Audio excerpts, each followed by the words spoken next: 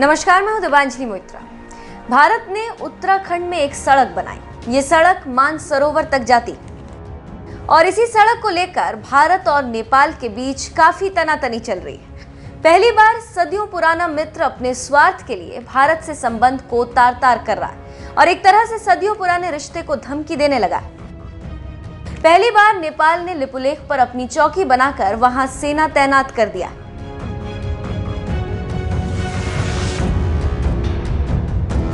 तो आज हम बता रहे हैं कि नेपाल सेना की ताकत कितनी।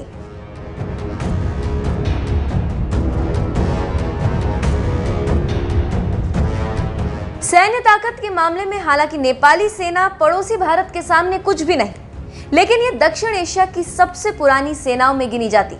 इसे गोरखाली सेना भी कहते हैं। उसके बाद नाम बदलकर द रॉयल नेपाली आर्मी हुआ, लेकिन 240 साल तक चले शाह राजवंश के खत्म होने के बाद इसे फिर से नया नाम मिला। 28 मई 2008 से इसे नेपाली आर्मी मतलब नेपाली सेना कहा गया। नेपाली सेना कई लड़ाइयों में भाग ले चुकी। पहले ये सेना चीन और अंग्रेजों से भी मुकाबला कर चुकी। इसके अलावा ये सेना अंग्रेजों की ओर से पहले और दूसरे विश्व युद्ध में भी शिरकत कर चुकी। इसके अलावा संयुक्त राष्ट्र संघ की ओर से भी नेपाल की सेना सोमालिया, सियरा लियोन, इथियोपिया और सूडान के गृह युद्ध में तैनात हो चुकी।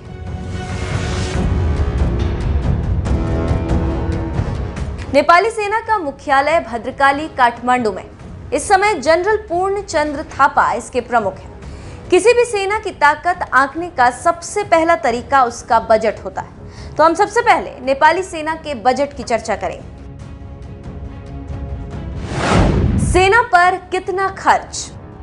साल 2004 में नेपाल ने अपनी सेना पर 99.2 मिलियन डॉलर का खर्च किया था, जो उनकी जीडीपी का 1.5% था।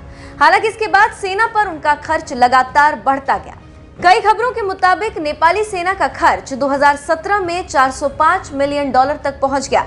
हालांकि 2018 में इसे कुछ कम करके 397 मिलियन डॉलर कर दिया गया।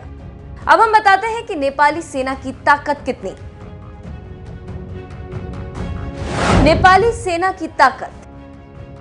नेपाली आर्मी में करीब 1 लाख इन्फेंट्री जवान और वायु सैनिक हैं। 2018 में हिमालय टाइम्स में छपी खबर के मुताबिक नेपाली आर्मी की सैन्य क्षमता 96,000 सैनिकों की। वहीं काठमांडू के एक और प्रमुख समाचार पत्र ने इस क्षमता को 92,000 बताया था। कौन होता है सर्वोच्च कमांडर? नेपाली सेना का सर्वोच्च कमांडर देश का राष्ट्रपति होता है। साल 2006 तक नेपाल के राजा सेना के सभी अंगों के प्रमुख हुआ करते थे, लेकिन राजशाही खत्म होने के बाद और नेपाल में संविधान बनने के बाद अब राष्ट्रपति में सारी शक्तियां समाहित होती। नेपाल में एक नेशनल डिफेंस काउंसिल है जो वहां की सेना के कामकाज और नीतियों को तय करती। इसमें प्रधानमंत्री, रक्षा मंत्री, सेनाध्यक्ष, विदेश मंत्री, वित्त मंत्री, गृह मंत्री और चीफ सेक्रेटरी होते हैं। कितने डिवीजन हैं? नेपाली सेना में 8 डिविजन्स हैं। नेपाल में 7 राज्य हैं। हर डिवीजन अलग अलग इन राज्यों में और एक काठमांडू वैली में तैनात है। इसके अलावा सेना की 7 स्वतंत्र इकाइयां भी हैं। सेना का मुख्य काम। दूसरे देशों की सेनाओं की तरह नेपाली सेना का मुख्य काम भी देश की सीमाओं की रक्षा, संप्रभुता और नेपाल की स्वतंत्रता को बरकरार रखना है।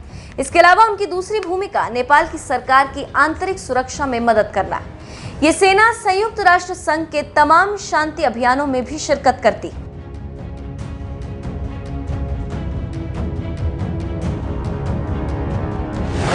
नेपाली सेना चीन से कर चुकी है युद्ध। 1974 में जब चीन की सेना ने तिब्बत से लगी नेपाली जमीन पर कब्जा करना चाहा, तो वहां नेपाल की सेना तैनात की गई, जिसने चीन की पीपल्स लिबरेशन आर्मी के खिलाफ गोरिल्ला युद्ध लड़ा।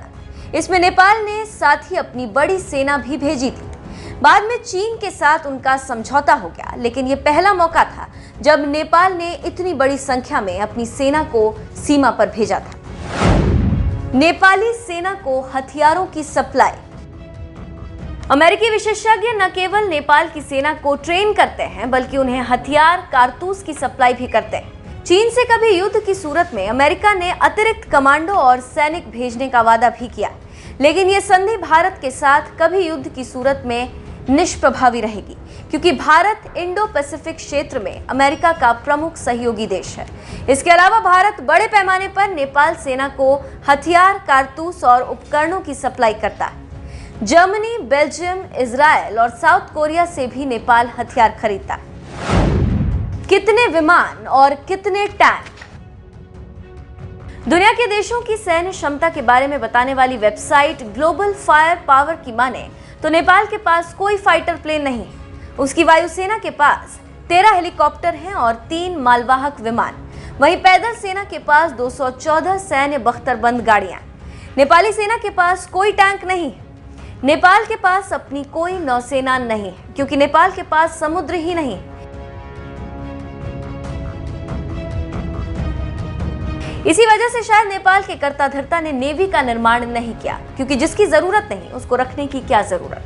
तो अब आप समझ चुके होंगे कि नेपाली सेना और नेपाल की कितनी ताकत है और वो क्या कर सकता है और क्या नहीं कर सकता।